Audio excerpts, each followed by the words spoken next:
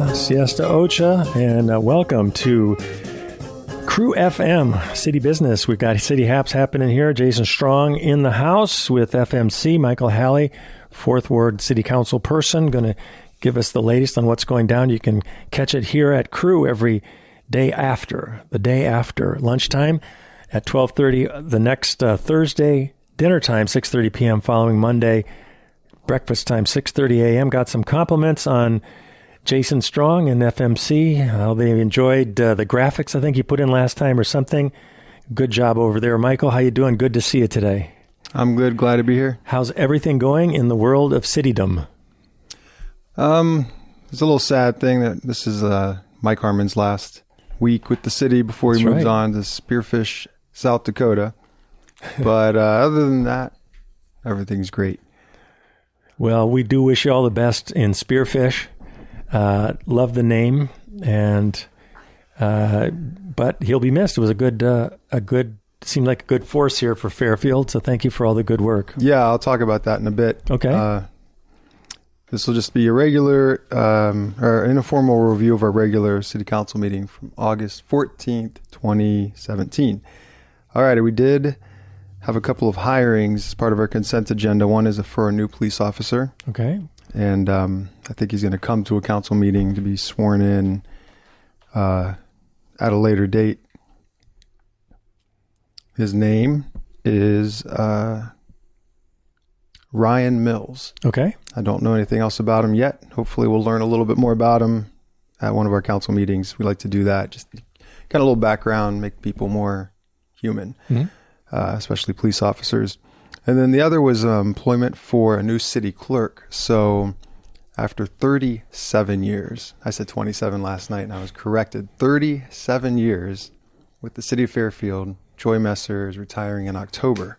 So that's quite a career. I told her I wish we could literally download her memories because there would be so many interesting things over almost 4 decades. So the city council personnel committee was tasked with interviewing for a new city clerk.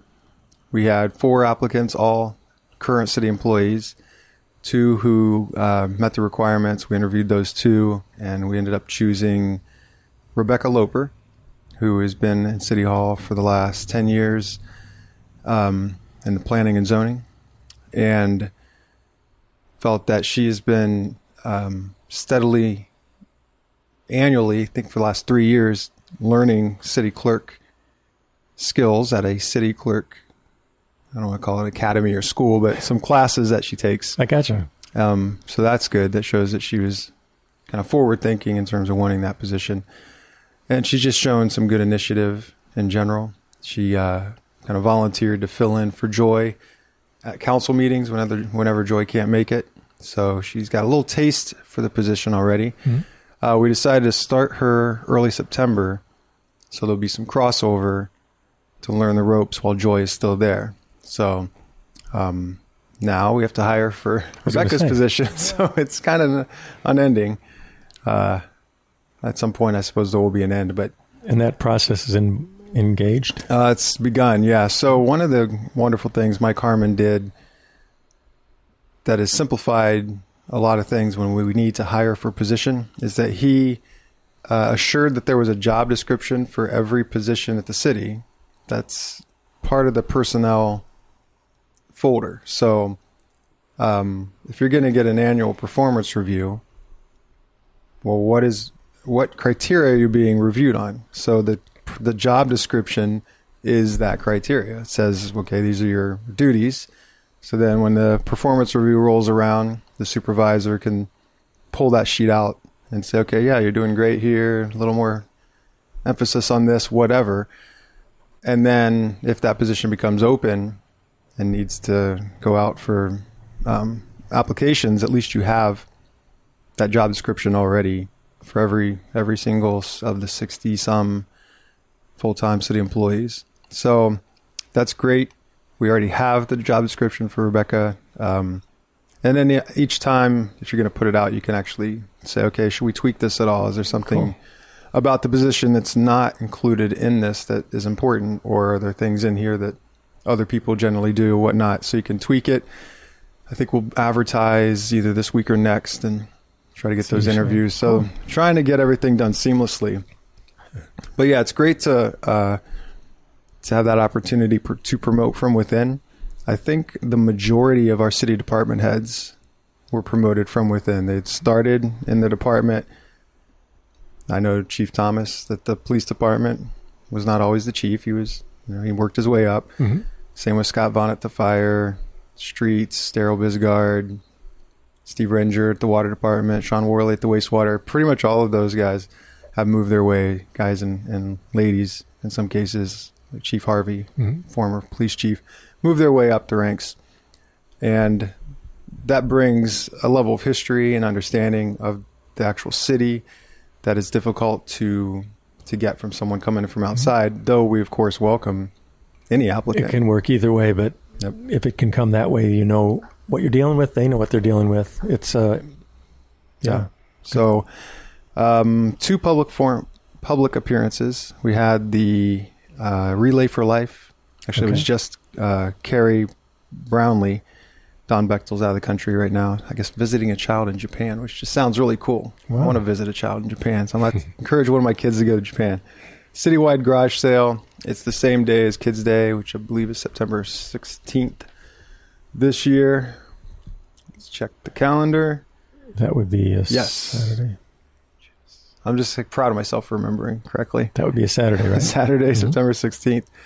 Kids Day downtown, and then over in the parking lot by the Senior Center, Court and Washington Street, that intersection, the southeast corner, there's a municipal parking lot that is not very highly utilized and will be used for the garage sale. And that's always a pretty big thing, isn't it? Well, the Chamber of Commerce used to do it, and now Relay is taking it over as a fundraiser. So if anybody wants a little spot, you work it out, you pay a little something, and then you sell your wares.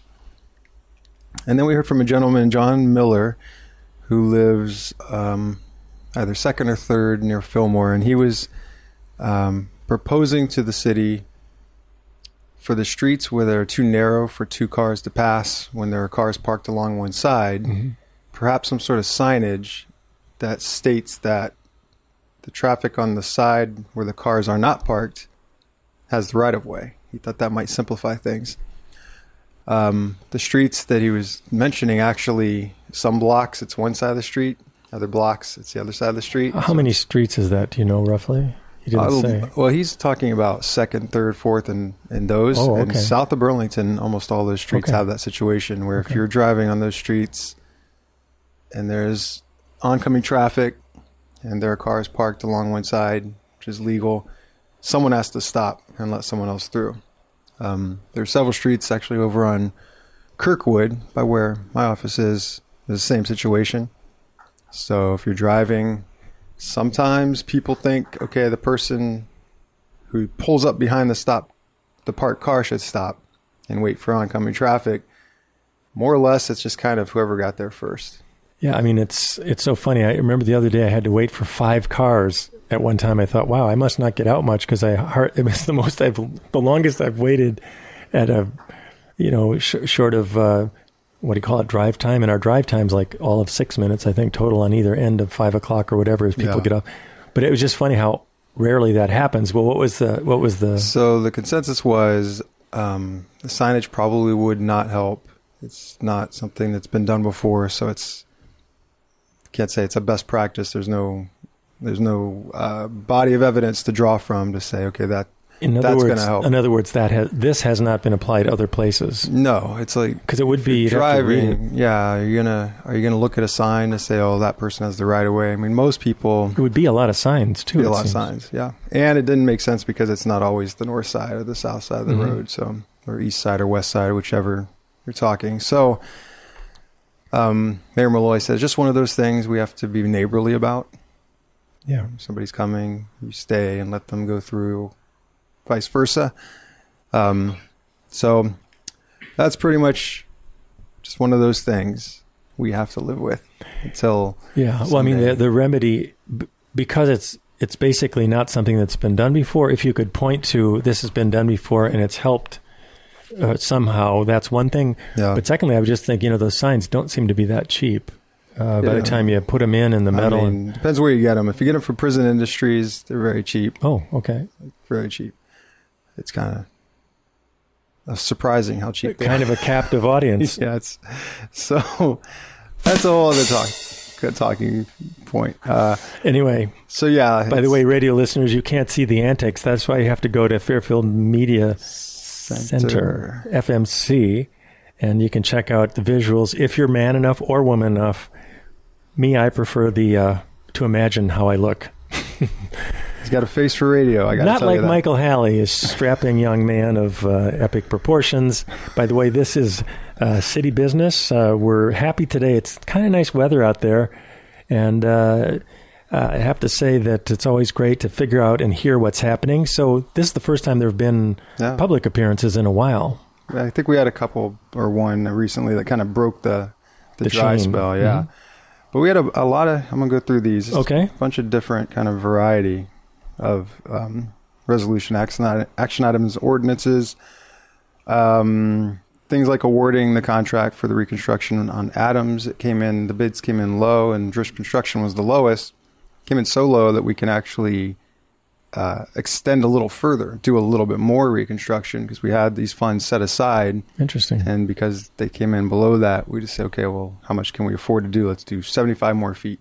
So that's a street that's up for reconstruction within 5 years. So any more that we can do now is good. Every year we provide financial support for Area 15 Regional Planning Commission. It's dictated by state code that these certain organizations represent that or do those services. And so we have a per capita contribution. So it was about 4,000, between 4,000 and 5,000. It was about 4,500. All right. Exactly between 4 and 5. It was about, yeah, maybe 46. All righty. Moving forward with the wastewater treatment facility, we actually were able to accept the contract for that. Big contract, like $21 million. No messing around with this. But this was one of those things that we were waiting on the USDA funding. That's right. Yep. Right. That was a long wait. Yep, but we luckily got it. So the contractor is called PKG Contracting from Fargo, North Dakota. And what's interesting is that we got somebody from that far away, but apparently this kind of work, this level of these wastewater treatment plants is it's their specialty. Mm-hmm. So get to move forward on that one, which is great. So they'll be here for quite a while, I guess. Yeah, they'll be constructing away out at the wastewater plant. If anyone's curious where that is, it's southeast of town. So if you go south on Highway 1 until you pass the hospital, gone under the underpass, mm-hmm. and then turn east. So instead of the road that takes you to American, go the other way. Mm-hmm. If you go down that road a little bit, you'll find the wastewater plant. If you can't see it, you may be able to smell it. It's off to the left, right? It's off to the left. Uh-huh, yeah. It's not a place you just go out and visit, but that's where it is, if anyone was ever wondering. All right. So we also were able to consider substantial completion of step 1. That was the conveyance system, the pipes coming from the plant all the way to, again, we were able to get such competitive bids. We extended.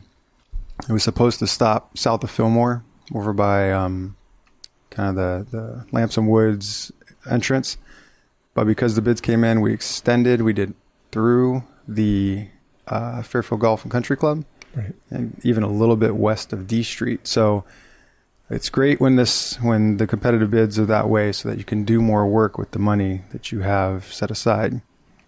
Well, I just want to say something about an unrelated topic that we talked about all these years, many different things. I ate at Shokai last night with the little outside fence and all that. It is a little bit like being in Berlin or Paris or something, except that there are only 12 or so few people out in a relatively early time in Fairfield. It's a quiet town, but it's such a beautiful, that whole thing. And of course, Cafe P Paradiso has it there, and it's just really, really a nice element, I have to say. Yeah. And I remember talking about it and how much and figuring all that out. And sometimes you figure out these things and then now you see them in action. It's just a remarkably nice element. Yeah, it really is. I sat out there myself one time and enjoyed it immensely. All right, this is a big deal. You know, that really the impetus behind, the inspiration behind the city's millions and millions of dollars on these wastewater improvements is because the state DNR said to the city, you will end sanitary sewer overflows. And you're going to get on it, and you're going to give us a time frame, and we're going to work with you, but you got to start the work. And not just the Fairfield, but many cities in Iowa. It's considered a water quality issue.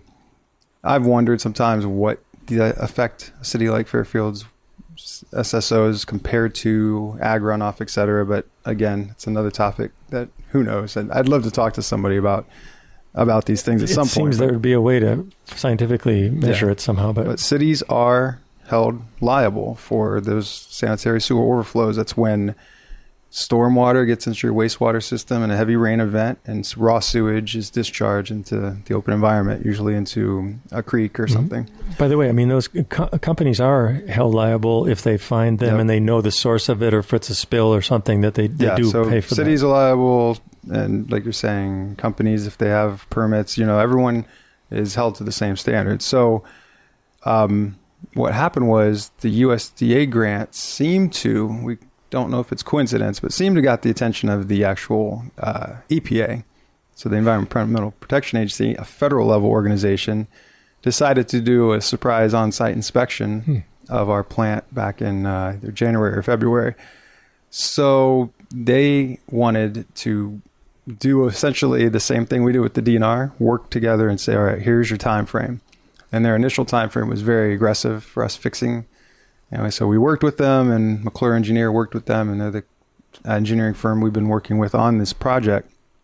And it's a big project, multi-step. That's why they call it step 1, step 2. It's breaking it into pieces. And then the wastewater plant's a separate. So these are such large projects that have to be done in stages. So the EPA has agreed, and we ratified it last night, to give us till 2032. Which is a great, actually longer window than the DNR had actually granted us to get it all figured out.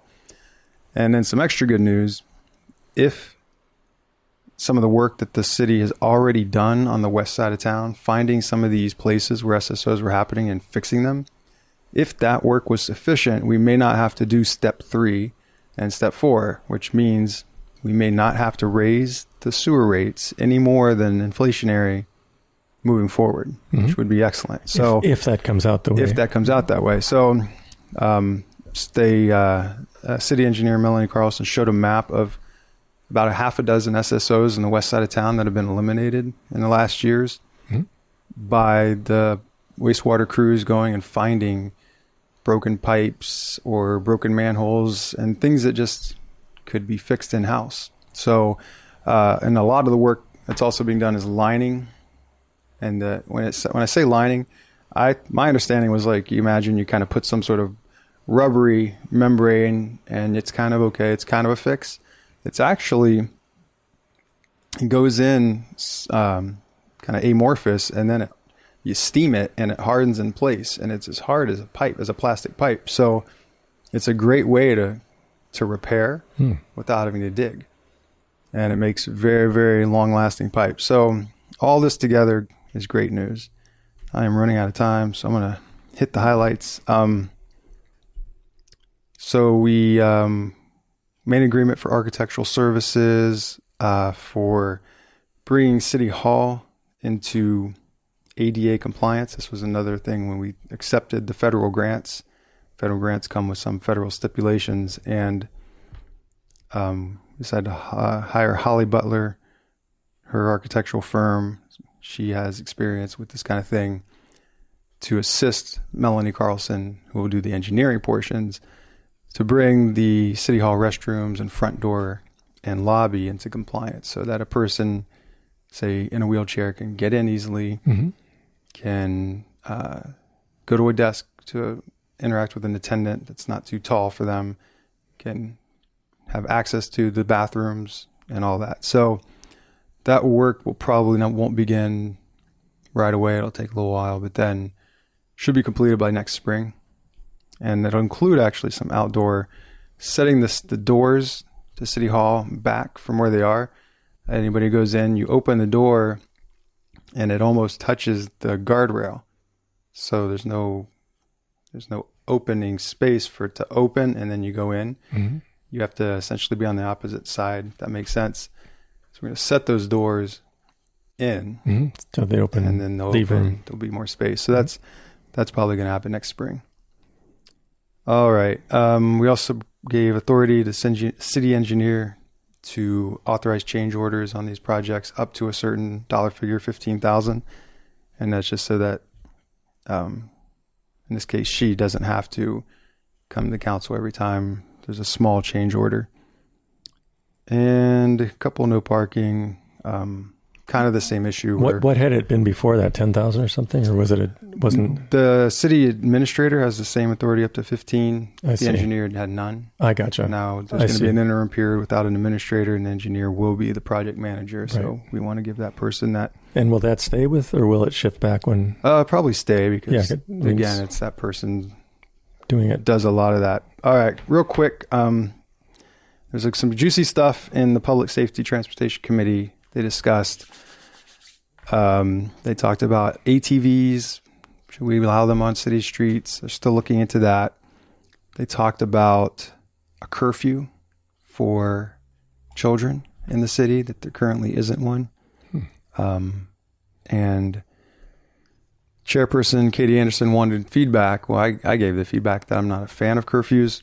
My hometown had them, and it was just this silly kind of cat and mouse game that we would play with the police when I was a teenager.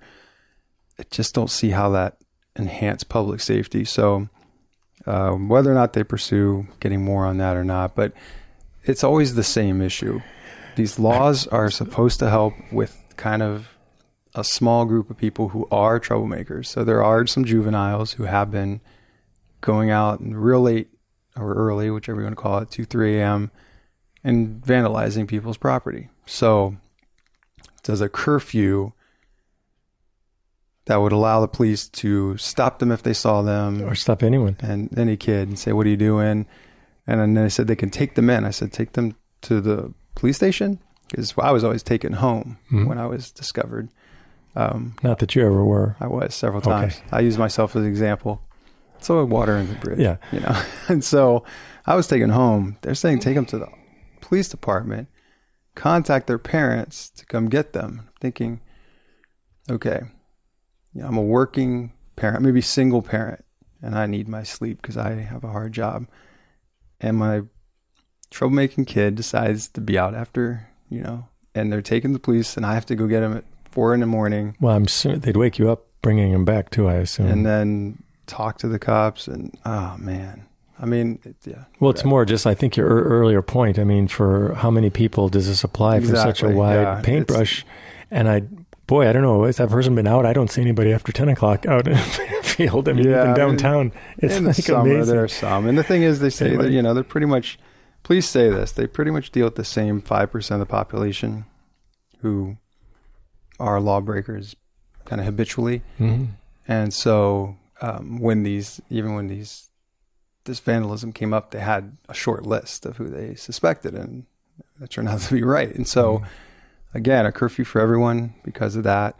I said I didn't see the need, but we'll see. Maybe they'll keep talking about it. Yep. Finally, the Wayfinding Committee has met and formally adopted Terry Baker as our chairperson of the committee. Wow. So congratulations, Terry. Yeah, Terry Baker is moving up in the world. Well, she's been around a long time, does great work. Yeah. Steady. Send her. So wayfinding, just very briefly, is to help. The point of it is to help visitors and local people and everybody move where they're trying to move to, find what they're trying to find, make destinations easier to get to, and enhance the downtown, these kind of things. So there are quite a few recommendations we were left with the group that came in. We're not going to move on all of them, but there are some really good ones in there. Some are short-term, medium-term, long-term, and then I'm sure there'll be new things that'll come up. But it's a good group of people, 3 council members, myself, Darren Hamilton, and Martha Rasmussen, and then representatives from a lot of the civic organizations in town.